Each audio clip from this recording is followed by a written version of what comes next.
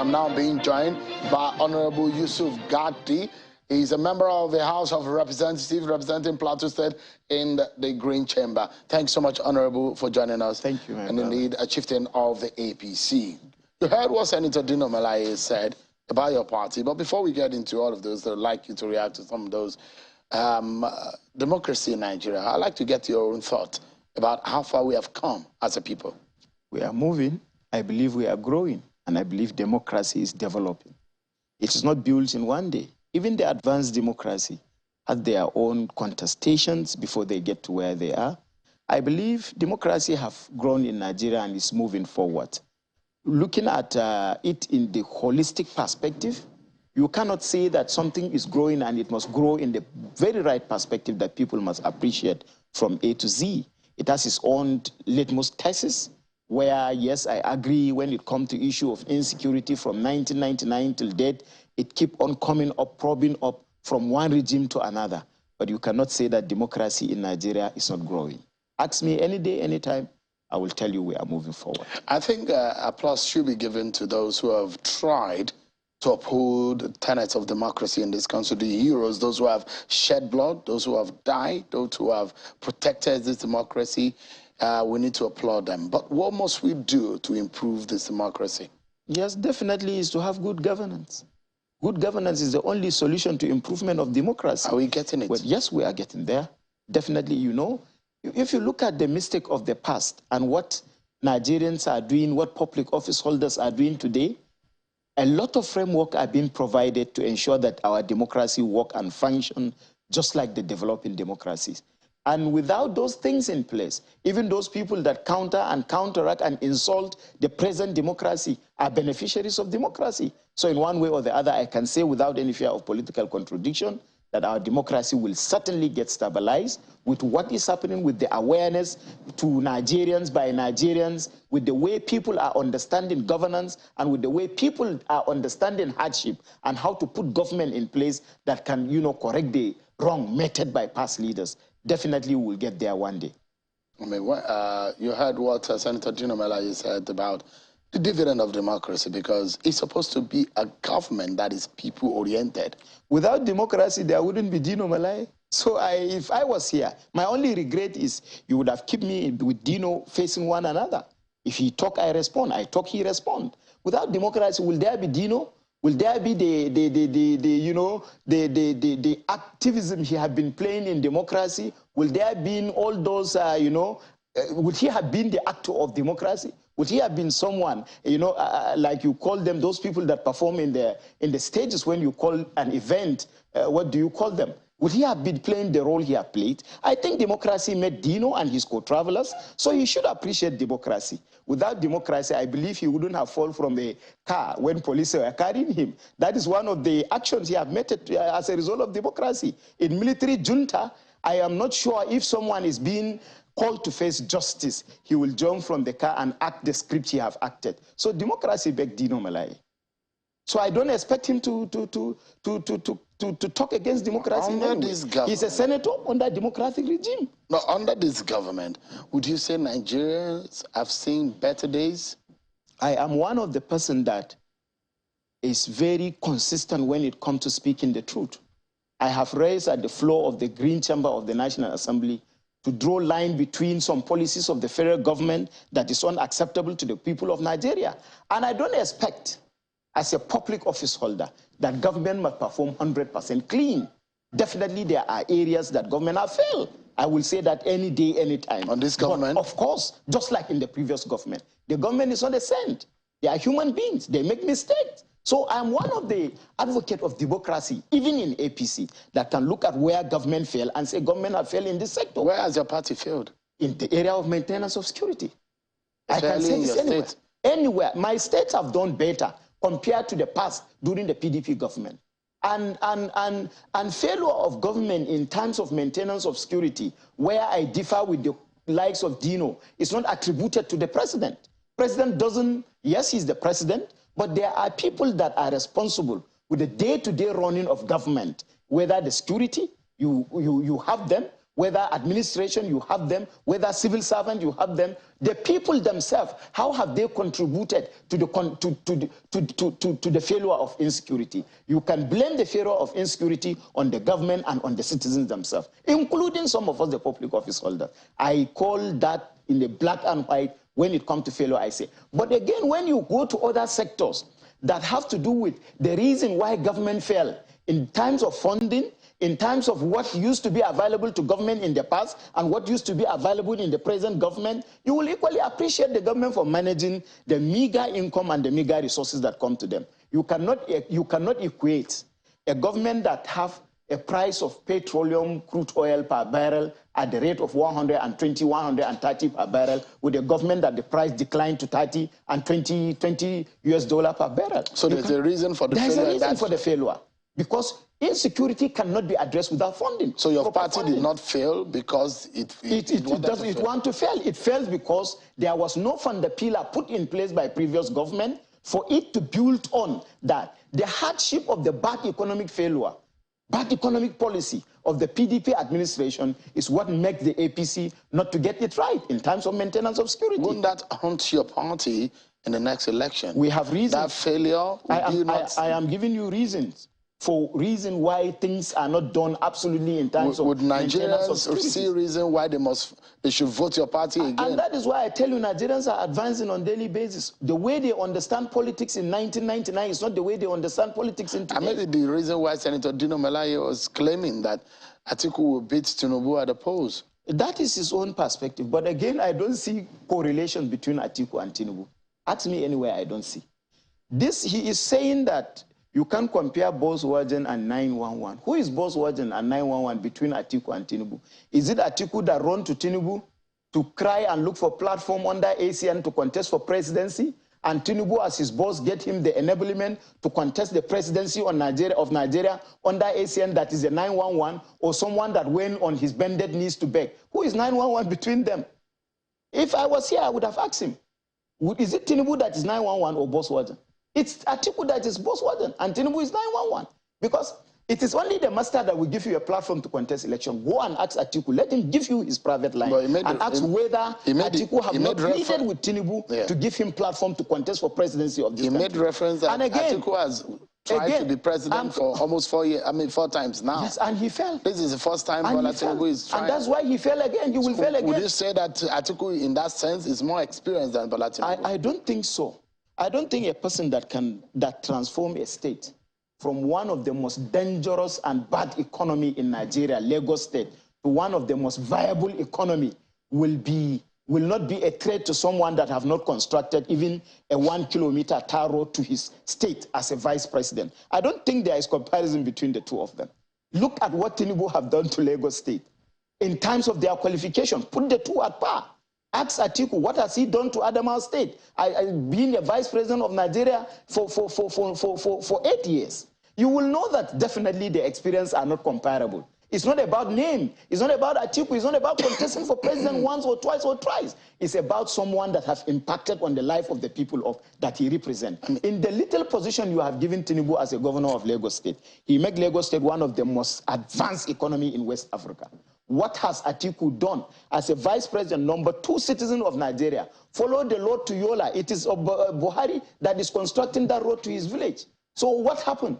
As a vice president, if you cannot touch the life of the people that elected you, that give you the enablement to be the vice president of the Federal Republic of Nigeria, how can you compare their democratic intellectuals with Tinubu? They are two different things, and they don't agree. So you don't agree that Atiku will beat Tinubu? Yes, because Nigerians are looking at what Tinubu have done in his little capacity as the governor and what Atiku have done in his capacity as the vice president of the Federal Republic of Nigeria. He says he knows Nigeria more than Tinubu does. But what has he done when he knows Nigeria? What has he done to Nigerian? What has he done to his state as a vice president? Maybe that's the reason why he's asking for the opportunity. So he was waiting not to perform from 1999 to 2005. It is now that he has studied, after leaving office for the past of 8 years, that he has studied to come and perform in Nigeria? Look at the suffocation that Atiku and Obasanjo have done to Tinubu when he was governor of Lagos State. And look at how he maneuvered his way to perform in transforming Lagos State. you will know that we have a best president. It's not about people talking about health issue, that he can't lay a flag. You give a candidate a flag, and you don't expect the national chairman and the president of the country under that party to raise the hand of the flag bearer up. It happens even in PDP. So Dino should not come and blackmail Tinubu that he cannot raise a flag. After all, governance is not a relay race. It is something that is done with your head and your ability to discharge your function to the people of the country. So what he said, you don't agree with? I don't agree with that. And Nigerians definitely. He said physically, health-wise, medically, and administratively that Atiku is better. Who walked Tinubu to the podium that day? Was he on a wheelchair? Who held him to stand? Who dictated his speech for him?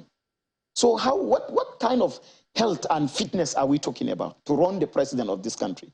The person that from the last 7 days of APC's convention have gone to meet over 8 to 9 aspirants and have visited over 10 stalwarts of the party. You are now telling he's not fit. Atiku, since after the PDP convention, he only summoned governors to his house. But Tinubu is busy running from one house to another, standing fit, speaking gallantly, and making statements in the 4 angles of this country. And someone will come. What fitness are we talking about? Is it that person that sit in his house and put a cup of tea beside his chair and begin to sip and invite people, or that Tinubu that visit people from one angle of Abuja to another just to express his satisfaction and appeal to them to work together? What fitness are we talking about? I mean, and I asked him because this question, which I'm going to also ask you, in relation to what the argument whether PDP and APC should be I mean, those who feel the third force or the alternative political parties, that Nigerians should look towards them other than PDP and APC. According to those critics, they said, look, both parties have failed them. They've tried them, and they should try something else.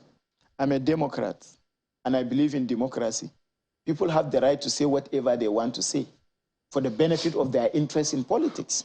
But I believe that Tinubu will do better, and I believe APC government have done better. I equally acknowledge the fact that the government of President Muhammadu Buhari is not a saint. It has its own attendant failure, which is accepted by me. And reason for that failure is equally made very clear by me. But it doesn't mean that you cannot develop. One thing about democracy, in my own opinion, is when there is continuity, definitely problems are going to be solved.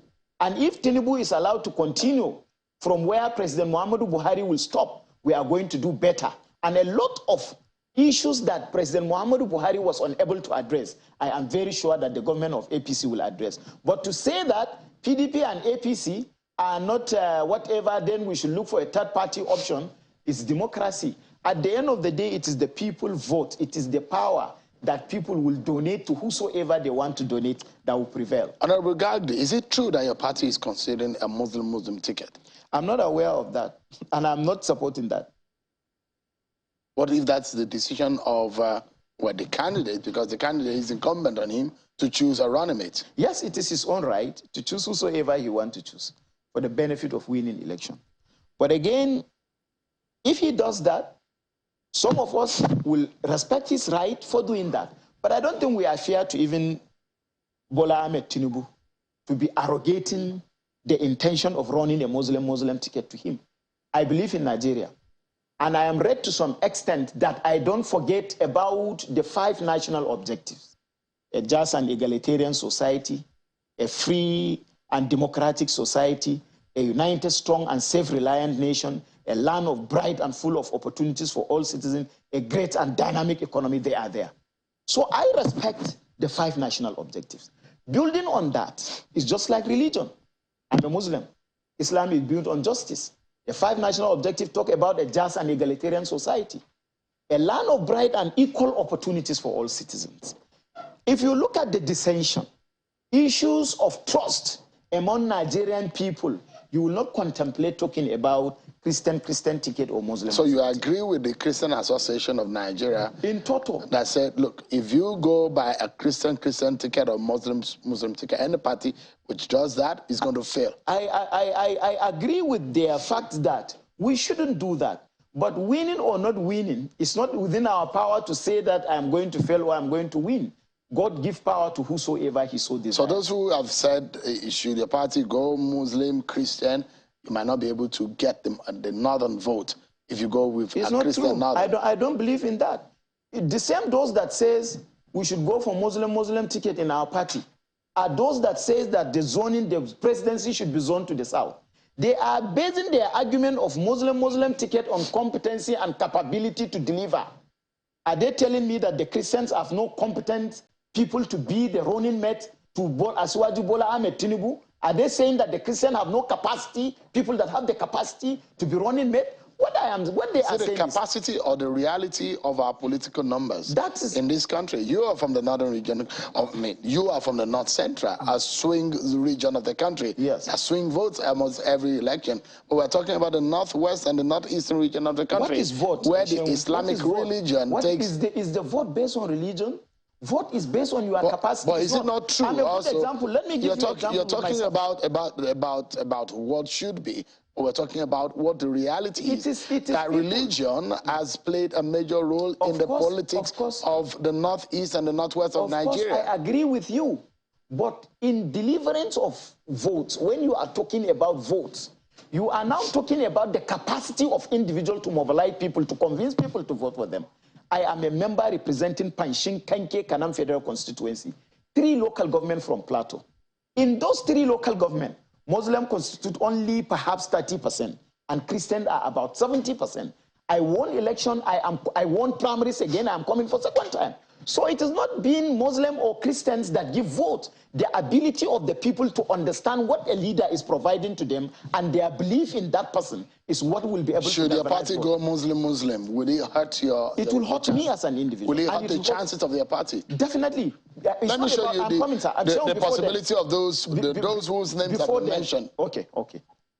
Those whose names have been mentioned in your party, the likes of the former SGF, Babachi Lawal, the governor of Borno State, Babangana Zulum, the former governor of Borno State, Kashim Shatima, the governor of Yobe State, the governor of Kaduna State. These are some of the names that have been mentioned. Well, like I said, it's political interest. People have right to mention whosoever they want to mention. Like El-Rufai you mentioned. I had one of his debates with you. I try as much as possible to avoid mentioning name, but I give you this as a pictorial example that the Muslim ticket is not an issue, it is workable.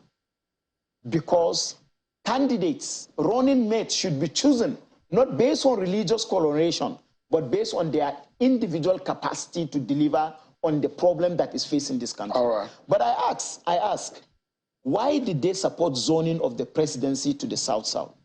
They should have equally said that the APC zoning of presidency should not be zoned to the southern part of the country. It should be allowed open for persons that have the capacity and capability to win. They decided, Governor El-Rufai, with utmost respect to him, decided to support the zoning of the presidency to the south because he believed there should be fairness to the southern region. Why is he not believing that there is supposed to be fairness in the other religious faiths? So I believe if we want, it's not about winning. My own contest, my own opinion is not about winning. Yes, you can do Muslim ticket and win, but how can you rule harmoniously? How can you rule peacefully? What I am looking for to Tinubu is to form a government that at the end of the day, he will simplify uniting this country based on religion, based on our region and whatever. Honorable Yusuf Gagdi, member of the House of Representatives representing Plateau State in the National Assembly. Thank you so much indeed for coming. And I, as well, of course, a member of the APC.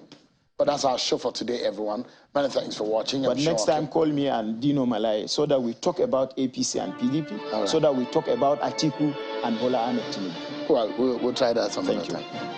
Thanks so much for watching. Goodbye, everyone.